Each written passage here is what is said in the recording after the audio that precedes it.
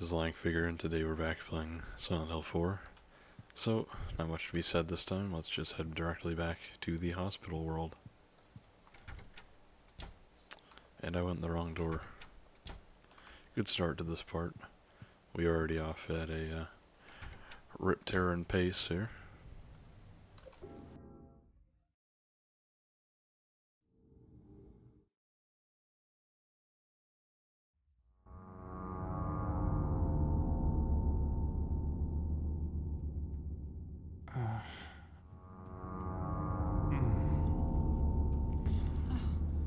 Henry.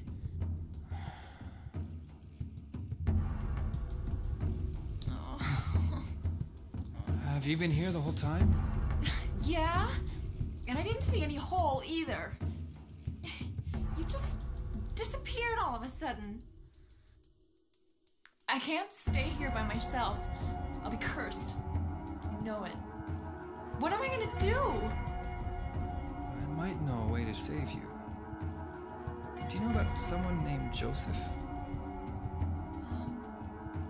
Yeah. He was the guy who lived in your apartment before you. I think he was a journalist or something. He disappeared about 6 months before you moved in. But toward the end, he started acting really weird. Yeah. He was doing an investigation about a religious cult and a man named Walter Sullivan.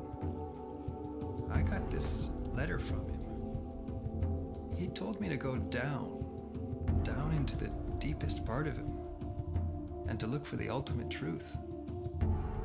Let's do that. There must be something down there.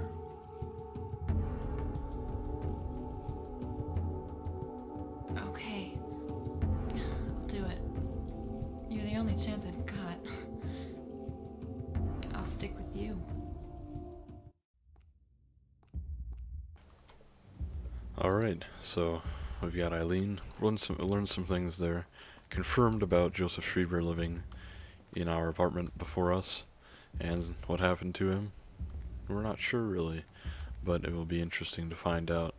And because we now know that Joseph lived in the apartment before us, I'd like you to flash back to the absolute beginning of the game when we very first played it.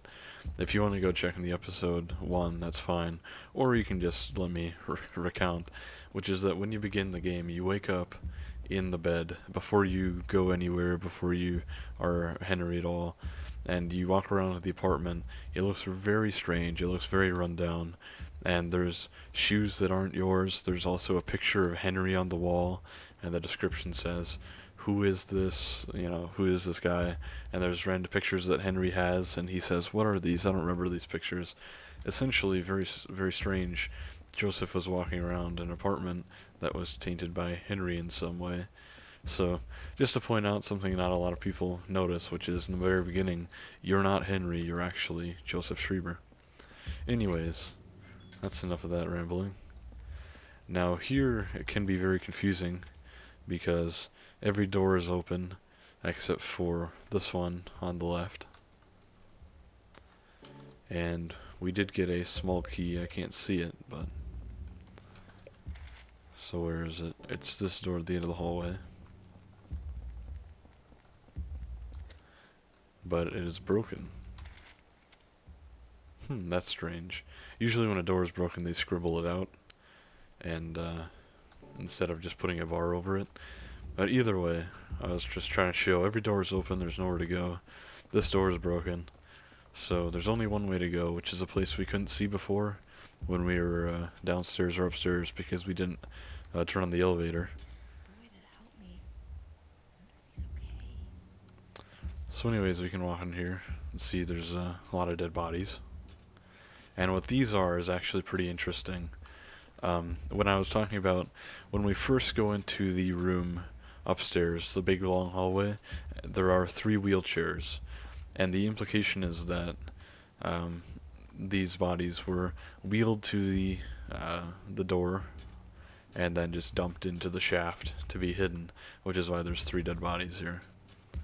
Anyways, this is where we need to go, through the back of the elevator, and use the small key that we got from the envelope to open this door, which will bring us to this very dangerous hallway full of massive women. And we will beat them into submission, as any good man does with his woman. Whoa! You see her tumble down? Oh, we're gonna get hit. Yeah. So this is where the game becomes extra frustrating, in that you no longer heal from your room. This game is so silly, man. Well, the patients are silly, at least. I gotta step on her.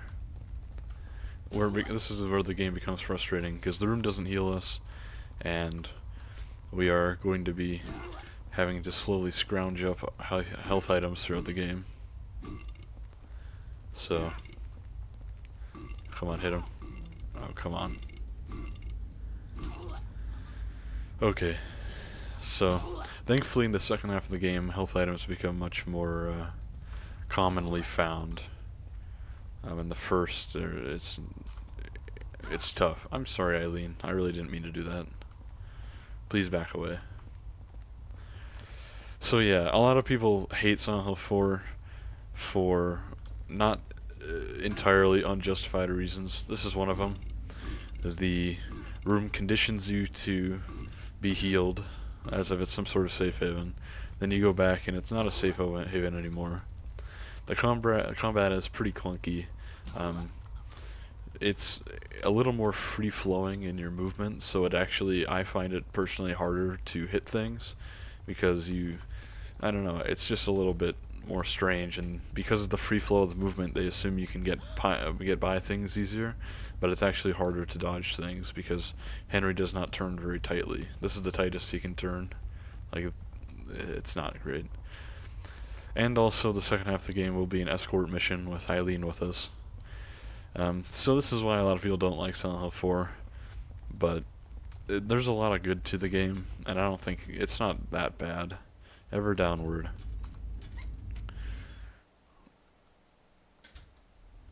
And now we're in this big, long, foggy stairway. There's a woman with needles stabbed into her womb. Take notice of that. And this hallway will descend for quite a long time.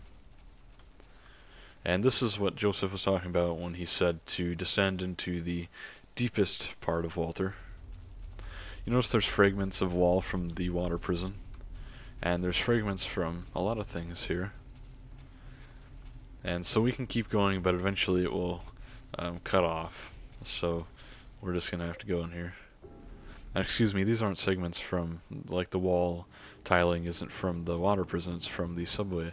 My mistake.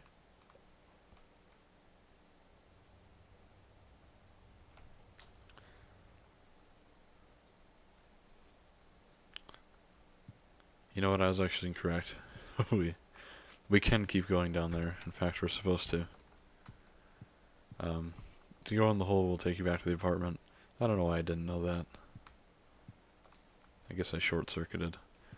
I was actually expecting some sort of haunting to be going on here. Usually there is every time you come back to the apartment, but I don't see one. Which is okay, no big deal. Anyways, let's just save really quickly. We don't want to save more often in the second half because it's just harder. It's just plain harder. So let's head back though.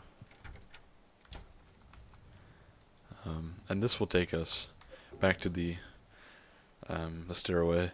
And this is actually, because of its relation to Silent Hill, this stairway, it seems pretty foggy now. It'll get more foggy as we descend, but you won't notice it until later in the game, because this goes down for quite a while. This will be basically kind of our hub for the rest of the game, in a way. In here is just a bloody bed. There's all sorts of random items. And so we're gonna go in here. I can't just leave Eileen all alone. Then you notice the halo of the sun symbol from Silent Hill 3. What is this place? How about you tell me what it is? Yeah, this is a nice camera angle. This is a really classic Silent Hill angle. I like that. It's like in the alleyway in Silent Hill 1. The Dutch angles and the not just like slightly off kilter angles with which is the typical Dutch angle, but also the camera completely moving, not a static camera. Although it is fixed, it is not static. And now we unlock this door, and we are in the subway. This is the end of the hallway where we first met Cynthia. It's the little side thing. And we're going to have to fight this gumhead here. And notice now that there's going to be some different enemies in different areas. Which is, not a bad thing, really. I mean, none of the enemies, let's be honest, had any real connection to the areas they were in. Which is one thing that I would also say is bad about this game. It's why a lot of people consider classic Silent Hill to be 1 through 3. 4 does have quite a few flaws, but to me it's still going to be 1 through 4 as the classic ones, because... Joseph is still alive. That's a good question, Eileen. It'll still be one of the classic ones because of the symbolism of the enemies, the music. Not that the music alone makes the Silent Hill experience, but it's just all the elements are there, except it's just a little bit worse. And, you know, that's fine. I mean, there are some things that it does better than the other 3 games. And you know what? We're just going to avoid these guys. That's the escalator that we came down on when we first came here at the beginning of the game. And this is where we would have met Cynthia. But anyways, let's keep moving. So this area is going to be... Going too fast. Well, you're going too slow, you beat up hag. Follow me. Goodness gracious. Anyways. Yeah, so we're in the South Ashfield station again. And there are some things I should talk about. There are different stories that were released on the website and in the manual and sorts of things like that about the game that give some background to how these characters are connected in some way to Walter. And that's that Cynthia and most of the characters in the game that we've seen so far have some prior connection to Walter, including Eileen and Cynthia. And Cynthia and Eileen were actually, they first met Walter here. And basically, Eileen, the shabby doll, we heard the story from Walter earlier on in the apartment world, but she gave him the doll in the subway, and that's kind of how he came to like her a lot and kind of think of her not as his mother, but if he had a mother, he would want to model his mother after her, which is pretty neat. There's a ticking. Oh, the clock is going crazy. Maybe I've been holding something that somehow weakened this. Let's go ahead and put this here. Something just happened. Well, at least you got to see the game over screen. That is very odd. It must just be... I thought I had like half my health left. I don't want to load. I'd rather continue. Now I can't continue? Oh, I can. So that's very strange, actually. I guess my health really went down fast. I might as well heal and grab another health drink then. That's very strange. So, new strategy. We're going to put this holy candle down as fast as we can.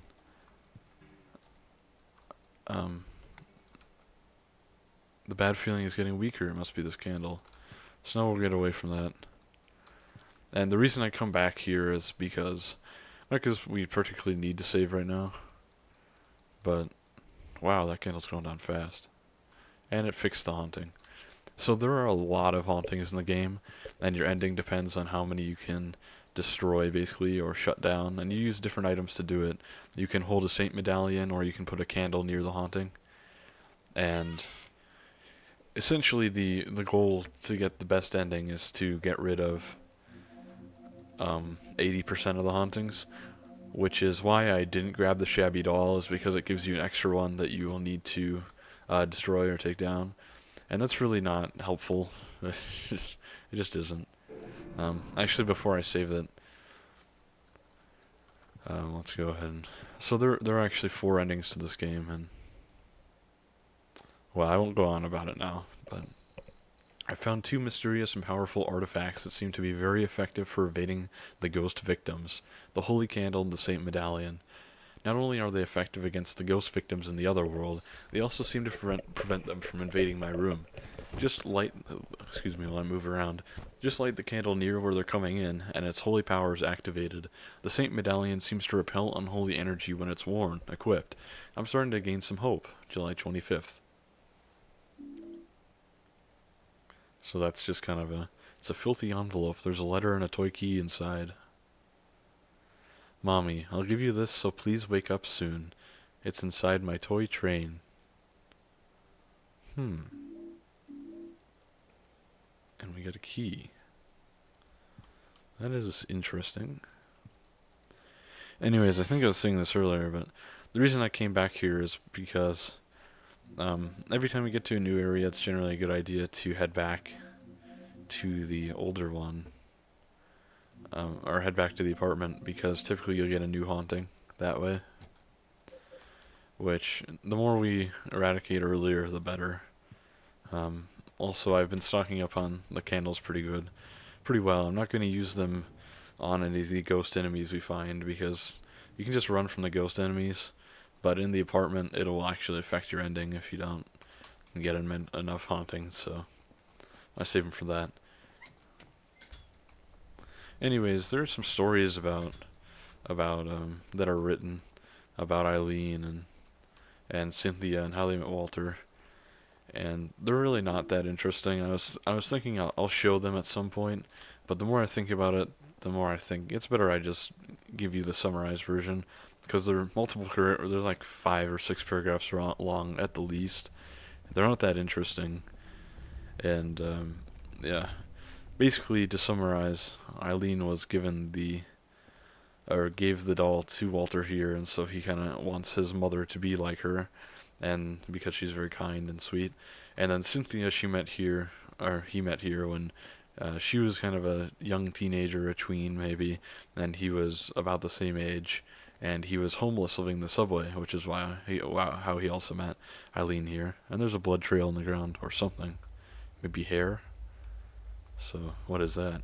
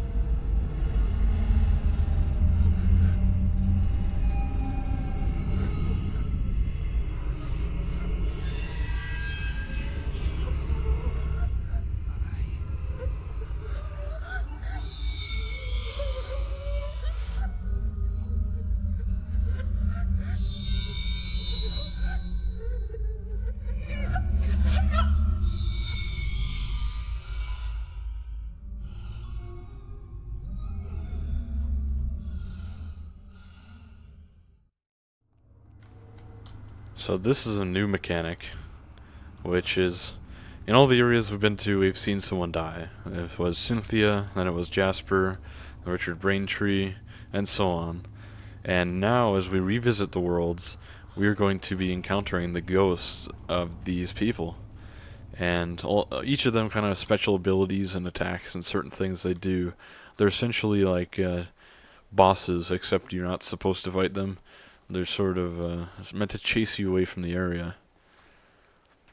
And this is somewhere This is not good. Should we dash and try and find a hole, or should we fight these guys? I'll give it the old college try. Oh, there's 3 of them.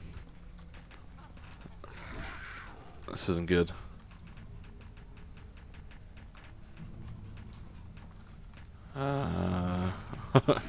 Voice crack there. That was strange. I'm gonna stay here because there's something I want to talk about over here that you don't get to see on your first time through. Well, I think you can if you look for it, but it's unnecessary. Yeah, you better get upset. Come fight me, pussy. That's what I thought. Alright. So anyways. Yeah, it is, you dumb slut. I'm just kidding. I'm not that mean. Anyways, so this is what I want to talk about. It's a giant pulsating worm, and this has a canon name, and it is a greedy worm. Excuse me, Eileen. And it's pulsating because it's actually forcing food from one end to the other. It's pulsating that food, and that's because it represents the umbilical cord, and it represents Walter feeling like a huge drain on his mother, essentially. And so it's called the greedy worm. He feels like a greedy little worm. And it can attack you. It's classified as an enemy, but it can attack you. We can't even see its eyes, and it seems to run through the whole South Ashfield station. But yeah. Anyways, we're going to explore just a bit more in these areas. Those are silver bullets. They're good against ghosts, because that way we get more health items. How about you speed up, buddy? You got your arm in a cast, not your legs. Anyways, sorry about I'm verbally abusing my waifu here. Anyways, yeah, we're gonna look for more supplies and take it a bit slower here, just to make sure we can get through the game without having to reload it multiple times. She gets stuck on the worm again. She has a tendency to get stuck on random things. Anyways, she made a stunningly quick recovery. I mean, she was beaten to death yesterday, basically, and now is fine. And here's something, I haven't hit her lately, so it kind of healed, but her back will get bloodier and bloodier, depending on, like, the scars that she has. They'll start bleeding or open up and get darker and darker and bloodier and bloodier, the lower her health is, the lower her condition is. And that helps because it will determine, not determine your ending, but it will help you get an ending later. It's hard to describe, but we'll get into it later. Anyways, we need to find a hole. I didn't see one over here. So we're going to have to dodge the ghost here. Excuse me, Cynthia. And run all the way back to a hole. Because if you remember the first time we went through here... Are there more monkey men? Shit. The first time we went through here, we needed a coin. The Lynch Street coin. And we don't have it, so we're going to have to go and get it from our apartment. Which is fine. But something that a lot of people say is that Cynthia looks like the traditional Japanese female ghost, the Oniro. I don't know how to pronounce it. I don't watch enough anime, but Onryo. I'm not sure how to say it. I'll show you a picture here. This is the concept art of Cynthia's ghost, and it's pretty obvious. I mean, if you've ever seen Ju-on or any Japanese, or I guess that's more a Korean thing, maybe, but... You know, if Josh doesn't want me in his life, fine with me. Is it? Yes. Is it? Yes, and let me tell you a little something, alright? He needs me way more than I need him. Any sort of Asian cinema horror movies, that's sort of the typical...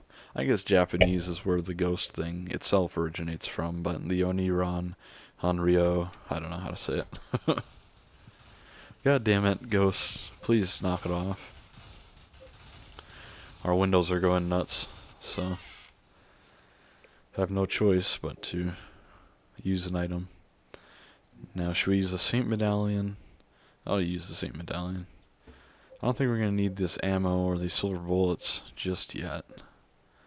So, we'll keep the key. We need the street line key coins.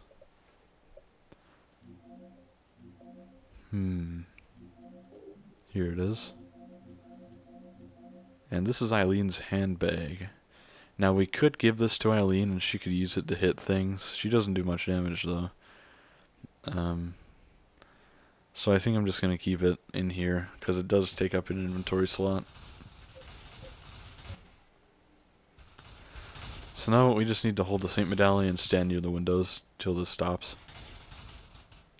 And that'll make the haunting go away.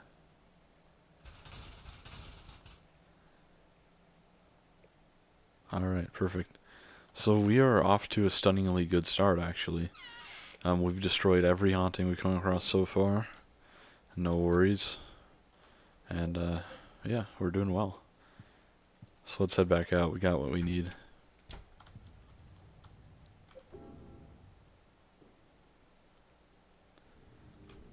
So let me think about the progression. It's Subway World, Forest World, Building World? No, Water Prison, then Building World. So the Forest World is where we're going to get some of the biggest lore dumps there are. Let's avoid the monkeys. Follow me, Eileen. Okay. Excuse me, Cynthia. Cynthia's kind of a bitch, I'll be honest. So we need to use this somewhere. Not here, I guess. Oh, she's getting close. There we go.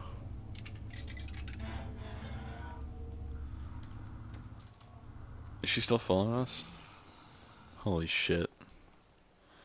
Yeah, I guess she'll typically follow you most of the way. I wish I could see what's in front of me. Something's inside this room. No, don't hit her. Okay, it's a sniffer dog.